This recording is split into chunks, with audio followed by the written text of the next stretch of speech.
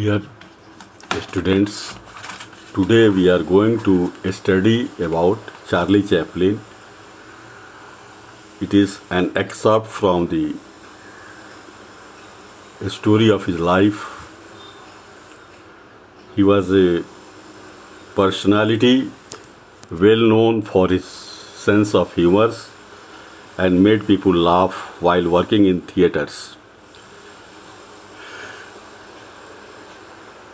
The world famous comic personality is a filmmaker, a writer, theater personality, a screenwriter, editor, and producer. In extract from his autobiography, Charlie tells about his life, about his childhood days, about her mother and his brother. They all had a life which influenced his life. We may see that there is quite a difficult situation in his family since his childhood. But in spite of that, he was able to grow himself into a well-known personality. Chaplin was born on 16th April at 8 o'clock in night in East Lane, Walworth. Soon after, the family of three moved to West Square, St. George, Loda, Lambeth. According to his mother, Charles' life was a happy one. He was comfortable with his brother Sidney. In a three-tasteful furnished house, he vividly remembers that he was comfortably tucked in the bed with his brother when his mother left for his theaters. He was 3 years old. He felt that everything was possible. His brother was 4 years elder to him, and he played tricks of swallowing a coin and taking it out again from the back of his head, a type of magic swing. One day Charles tries to do the same thing, and his mother had to summon doctor for this reason because it is stuck somewhere in his neck. Every night Charles' mother would leave delicacy on the table, a slice of Napoleon cake or candies, with the understanding that we were not to make a noise in the morning. She usually slept late. Charles' mother was a stage artist, very beautiful and talented. She was talented par excellence. In her late 20s, she looked very beautiful with fair complexion, beautiful eyes, blue eyes, and long brown hairs flowing like cascades. She would love to dress Charles and Sidney on Sunday excursion when they were going outside for having a fun. And most of the time brothers matched in dressing. During Charles' childhood in London, in those days, London was a sedated place, the fruit shop on the corner facing shops, restaurants, music halls. The bridge was a galaxy of colors with neatly arranged banana, oranges, pears and apples in contrast. What Charles liked most was riding with mother on the top of a horse, trying to touch passing lilac tree of the many colored orange, blue, pink, green that bestrewed the pavement where the trams and buses stopped off flower girls at the corner of Westminster Bridge. Charles was fascinated by the adroit figures manipulating tinsel, humid odor of freshly watered rose and other flowers. He was reminded of melancholy Sundays and plate-faced parents and their children escorting toy windmills and colored balloons over the Westminster Bridge. This is where Charles believes that his soul was born. He was taking a birth. His artist in him was rising in him. Charles mostly disliked the painting of his mother's, which was life-size.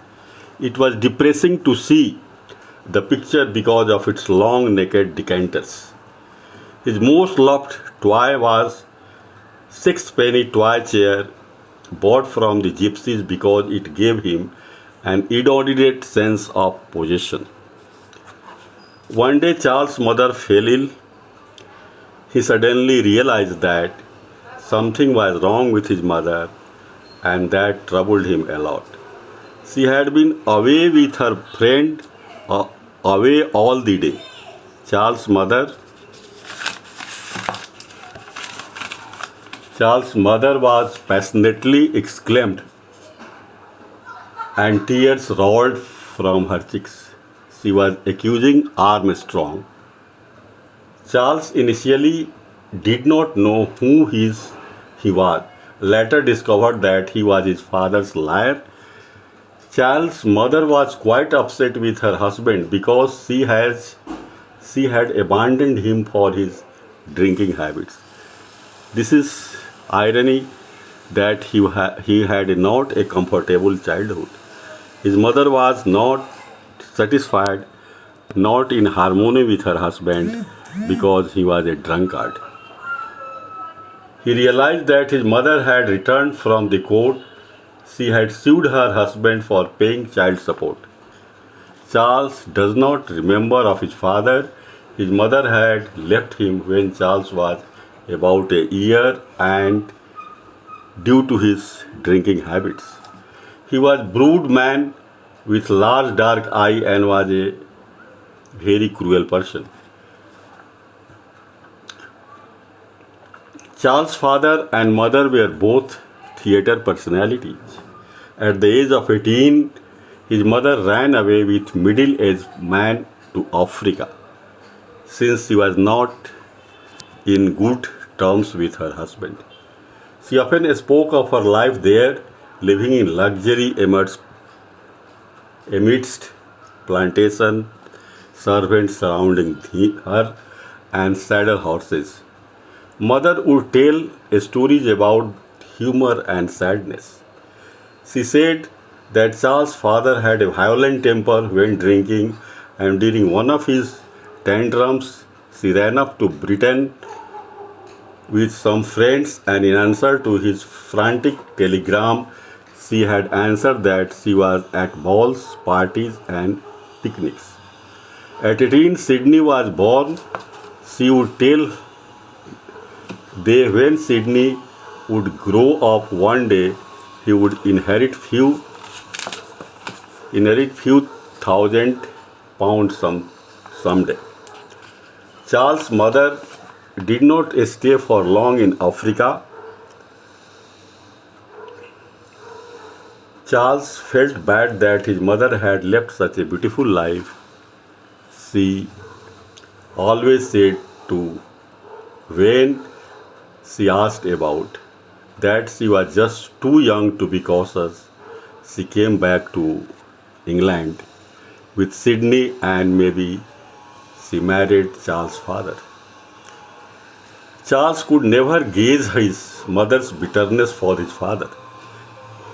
Sometimes she would be sympathetic towards him and other times talk about drunkenness and violence he meted to her. he was quite divided. Seeing this situation in life, this type of relationship between his parents. In later years, whenever she was angry with Charles, she would ruefully say that he will finish up in gutter like his father. This amply shows that how she hated her husband due to his drinking habits. Charles feels that his mother knew his father before she went to Africa. Probably he might have made the during one of the tours of theatre performance where she eloped with a middle-aged man to Africa and returned to England. Charles' father takes her back and they got married, and 3 years later Charles was born. But year after his birth, they got separated. She did not seek alimony as she was a theatre personality. She had handsome income, so she could not get the alimony from her husband. She could not claim because she was able to rear his children and support herself in a well way. Only ill fortune fell on her only when she was not well.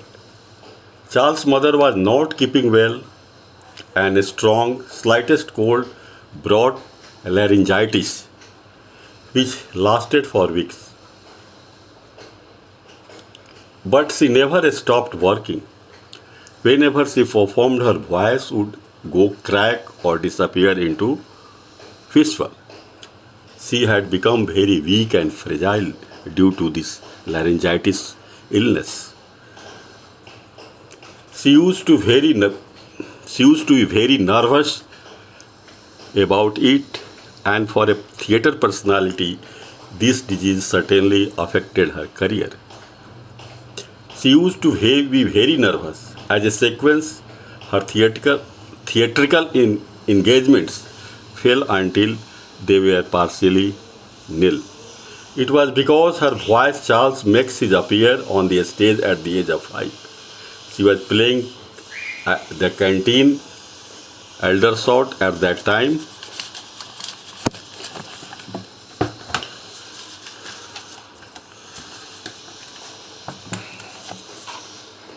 Mean theatre catering mostly to soldiers. They were rowdy lot and wanted little excuse to deride and ridicule. Top performers Aldershot was a week of terror. Charles' mother brought him to the theatre and kept him in one of the rooms under guidance. But one day, when she was performing, mother's voice cracked. She was obliged to walk away from the stage. When she came to the wing, she argued with the manager, who, having seen Charles perform before mother's friends, said something about letting me go in her place. The manager took Charles by his hand. After brief talk to the audience, left Charles alone on the stage. It was known as Song Jack Jones in the background. Charles picked the money from the stage. The audience bursted into laughter. It did not stop there. The manager took him to help Charles to pick up with a handkerchief. Charles made it sure that he followed manager until the money was handed to his mother.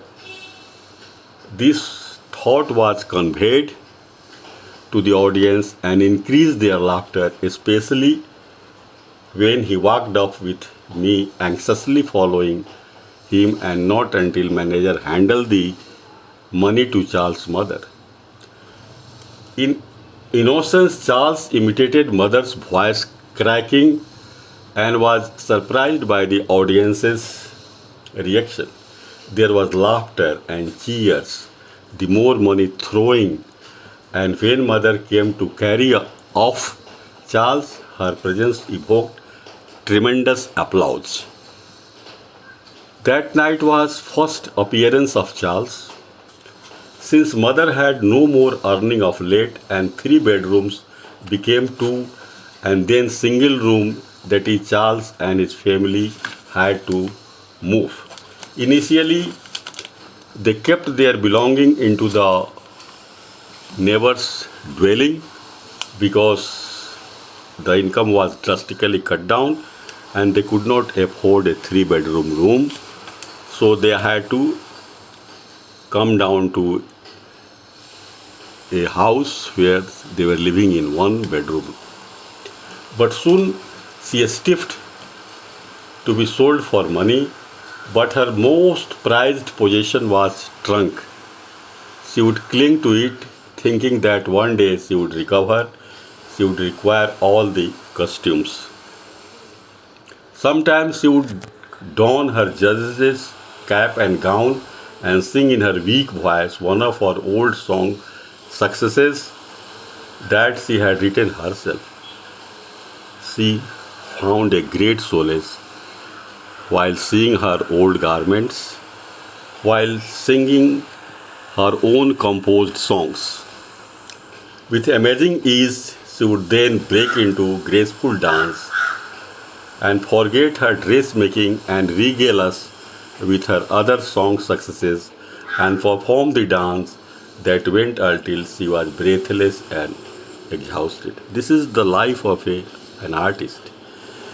An artist may be in deep distress, but still he finds some cause, he or she finds some cause of living and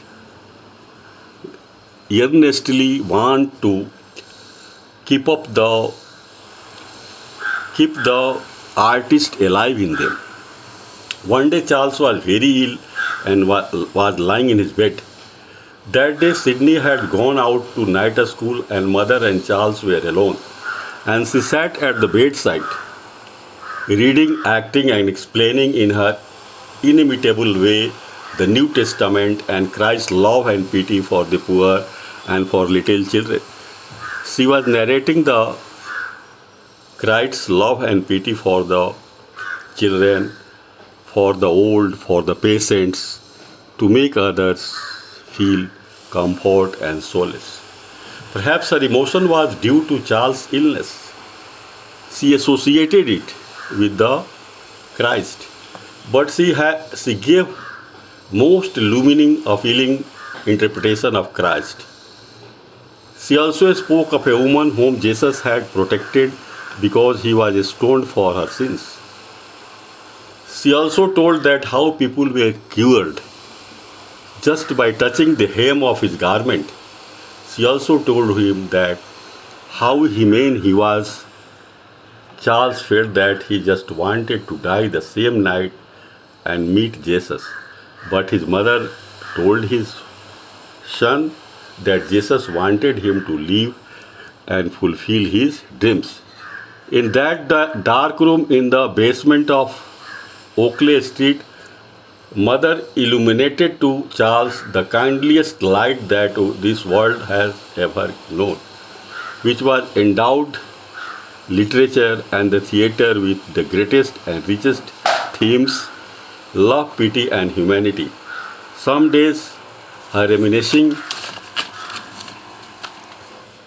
she would fall into a long silence as she bent over her needlework and would grow moody because we were no longer a part of the glamorous life. Mother would look for love, yet cheerfully console Charles. This is the greatness of a mother. In spite of her misery, she consoled his son Charles to keep the patience and rise as an artist in this world and be useful for the people. One day Sydney came running home after finding a purse after accidentally picking it with a bundle of newspapers. When mother opened it, she saw a pile of silver and copper coins and 7 golden coins. Quickly she closed it and then fell back on the bed from excitement. Their joy was hysterical. The purse did not have any address. She could not be returned. Mother felt that it was God sent as a blessing from heaven. She recovered quickly from her illness. Charles was perplexed for the cause of her illness and her recovery. After her recovery, they all went for a holiday south on sea. The finances were quickly getting exhausted. She was looking for a new employment, but that was a little help. Consequently, her sewing machine was taken away, and father's payments of 10 shillings a week completely stopped. In destination, she sought new lads to fight her case. She was finally advised to take shelter in Lambeth Borough. She was burdened by two children to look after. They had like little choice, so they decided to go Lambeth workhouse. To sum up, this is all about the life of Charles Chaplin, which moved around the life of her mother and brother. This teaches a very sublime teaching that those who rise, those who become great men, their life, their family life is not different from an ordinary person. But the only difference is that with the talent they are having, with the conviction which they crave for life, make them different and make them great in this world. So this is all about Charlie Chaplin's, my dear students. I hope you may be impressed by the life of the Charlie Chaplins, and this summary about your lesson will help in preparing for the exam. Thank you.